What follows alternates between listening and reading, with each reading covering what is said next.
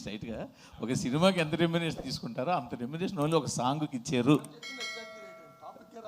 Topic రాలేదండి మాకు అంటే ఇంకా రెమ్యునరేషన్ తీసుకోలేదా? ఆ టాపిక్ రాలేదన్నాను. అదే టాపిక్ రాలేదు. నా డౌట్ ఏంటంటే ఇప్పుడు నీ మైండ్లో ఇక్కడ ఉంటుంది, వాళ్ళ మైండ్లో ఇక్కడ ఉంటుంది, అప్పుడు ఏంటి? అది ఆ క్వశ్చన్ కూడా చెప్పండి. అదే కదా, ఆ క్వశ్చన్ కూడా ఆన్సర్ చెప్పండి. నితిన్ గారు అడిగారు, వాళ్ళ మీ మైండ్లో అక్కడ ఉంటుంది, వాళ్ళ మైండ్లో ఇక్కడ ఉంటుంది. టాపిక్ రాలేదు. అంటే ఇంకా రెమ్యునరేషన్ ఇవ్వలేదు, ఇవ్వలేదు, అలా మాట్లాడుకోలేదు కూడా. పర్టికులర్గా కిసక్ సాంగ్కి ఒక బాలీవుడ్ స్టార్ శ్రద్ధా కపూర్ని అనుకున్నారు. బట్ అనుకొని ఏమైందో తెలియదు. బట్ మీ దగ్గరికి వచ్చినప్పుడు ఇది మీరు ఒక ఛాలెంజింగ్గా ఫీల్ అయ్యారా లేదా ఒక బాధ్యతగా ఫీల్ అయ్యారా ఈ సాంగ్? అంటే నాకు ముందేమైందో తర్వాత ఏమైందో తెలియదండి.